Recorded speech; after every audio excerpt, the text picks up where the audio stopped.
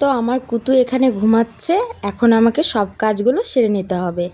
তো hello everyone, কেমন আছেন আপনারা সবাই? আশা করছি সবাই খুব ভালো আছেন আর সুস্থ আছেন। আর আপনাদের আশীর্বাদে আমরাও ভালো আছি। আমার কুতুটা খুব দুষ্টু হয়েছে। সকাল থেকে ঘুমাতেই চাচ্ছিল না। 10 মিনিটের মতো একটু ঘুমিয়েছিল। তখন আমি একটু রান্না টান্না এগুলো সেরে নিয়েছি। তারপরে ওকে স্নান করিয়ে খাইয়ে দাইয়ে ঘুম পাড়ানোর কত চেষ্টা করলাম, ঘুমাচ্ছিলই না কিছুতেই। এই করতে করতে আমার সারা দিন চলে গেল, 2টা থেকে 3টা বেজে গেল। কিন্তু এখনও তো অনেক কাজ পড়ে আছে, সেগুলো তো করতে হবে। তারপরে অনেক চেষ্টার পরে তাকে ঘুম পাড়িয়ে রেখে এখন আমি এসেছি জামা কাপড় ধুতে। তো জামা কাপড়গুলো আমি প্রথমে ভিজিয়ে নিয়েছি, তারপরে আগের দিনের কিছু জামা কাপড় ছিল সেগুলো আমি তুলে নিচ্ছি। না হলে নতুন করে যে জামা কাপড়গুলো ধুবো সেগুলো কোথায় নাড়বো। প্রথমে তো ভেবেছিলাম 2-1টা জামা কাপড় আছে, ধুয়ে তাড়াতাড়ি স্নান করে পুজোটা সেরে নেব।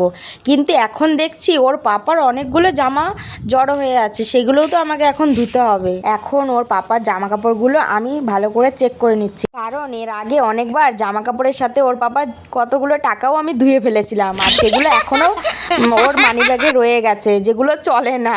আর আমাকে রোজ দেখায় আর বলে যে দেখো তুমি কি করেছো। কিন্তু এখন আমার তো দোষ না। আর এই যে দেখো, আমি এখন চেক করব, তো এখন একটা টাকাও পাবো না, একটা পয়সাও পাবো না, কারণ এখন আমি চেক করছি। যে এখন যদি আমি 2-1টা নোট পেয়ে যেতাম তাহলে তো আমার ভালোই হতো, কাজের কাজ হয়ে যেত।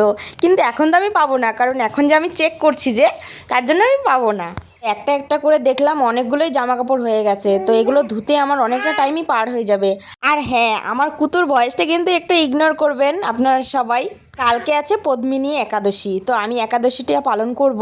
তো তার জন্য আজকে আমি মাথাটা পরিষ্কার করব।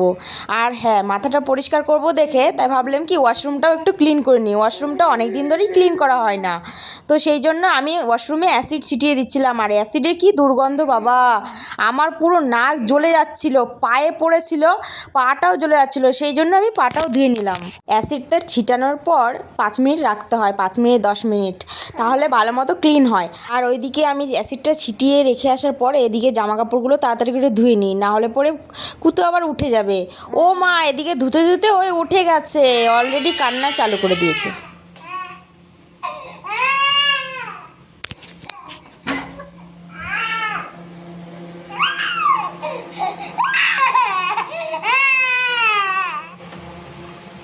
কি হলো? আসো আসো, জামা পুরো ভিজা। আসো আসো আসো। হয়েছে? হ্যাঁ, মাম্মা কাজ করছে না? ঘুমো দিয়েছিলে না? যেটা ভেবেছিলাম সেটাই হলো, কুতু এখন উঠে গেছে। এখন আমি কি করব? জামা কাপড়ও ধোয়া হয়নি আমার পুরোটা।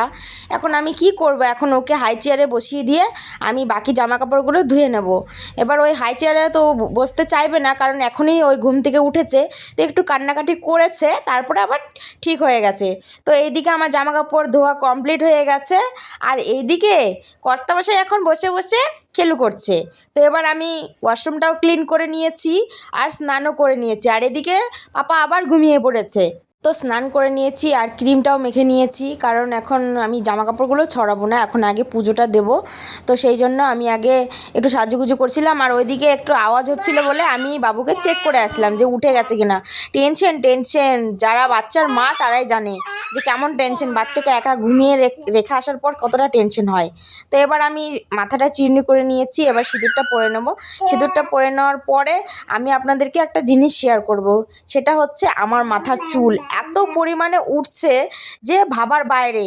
মানে আফটার ডেলিভারি যে এত চুল ওঠে, অলরেডি আমি 2টো বাসনও রেখে দিয়েছি চুল দিয়ে। অনেকটা দেরি হয়ে গেল পুজোটা দিতে দিতে, তো এবার তাড়াতাড়ি করে একটু পুজোটা দিতে হবে, কারণ আমার ঠাকুরও না খেয়ে আছে অনেকক্ষণ ধরেই। আর হ্যাঁ, আপনাদের সাথে একটা কথা শেয়ার করতে চাই। তো কালকে হচ্ছে পদ্মিনী একাদশী, তো কে কে আপনারা একাদশী পালন করবেন তো আমাকে একটু কমেন্ট করে জানাবেন। তো কালকের ব্রতটি আমি পালন করব, তার জন্য সবাইকে বললাম। আর হ্যাঁ, অবশ্যই সবাই একাদশী করবেন, একাদশী করা খুবই ভালো। তো এইদিকে আমার ঠাকুরের থালা বাসনগুলো ধোয়া হয়ে গেছে, তো এবার আমি পুজোটা দিয়ে নেব।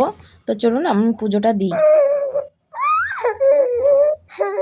পাপা এখানে এখনো ঘুমিয়ে আছে, এখন উঠে গেছেন আমাদের মহারাজ। আমি এখনো জামা কাপড় ছড়াইনি। তো জামা কাপড়গুলো আমি ওকে কোলে নিয়েই ছড়াতে পারবো, কোনো অসুবিধা হবে না। তো এবার আমি জামা কাপড়গুলো ছড়াচ্ছি, আর পাপা এদিকে চলে এসছে গুডু করতে করতে, আর ওইদিকে চলে গেল। এবার অন্যের রুমের সামনে গিয়ে ওই খেলু করছে। অন্য এরকম করছো, হ্যাঁ? তোমাকে বকু দেবে। এই যে আমাদের রুম, আর এটা হচ্ছে আরেকটা রুম, এখানেও ফ্যামিলি থাকে। এরকম করো না, ওনারা দরজা খুলবে কি করে? স্টপারগুলো নামিয়ে দিচ্ছ। পাপা দুষ্টু করো, তুমি দুষ্টু করো, দুষ্টু করতে ভালো লাগে। টাটা, আমি চলে গেলাম। বিভান, বিভান, বিভান, বিভান, বিভান, এদিকে আসো, তাড়াতাড়ি আসো। বিভান, তাড়াতাড়ি আসো। তুমি চলে আসো, আসো আসো আসো আসো, তাড়াতাড়ি আসো। যেখানেই যাক, আমি যদি ওকে ডাকি তাহলে ওই তুত্তুর করে চলে আসবে। তো বাই বাই সবাইকে। আমার এই ভিডিওটি কেমন লাগলো তো সবাই কমেন্ট করে জানাবে, আর একটা লাইক করে দেবে। টাটা।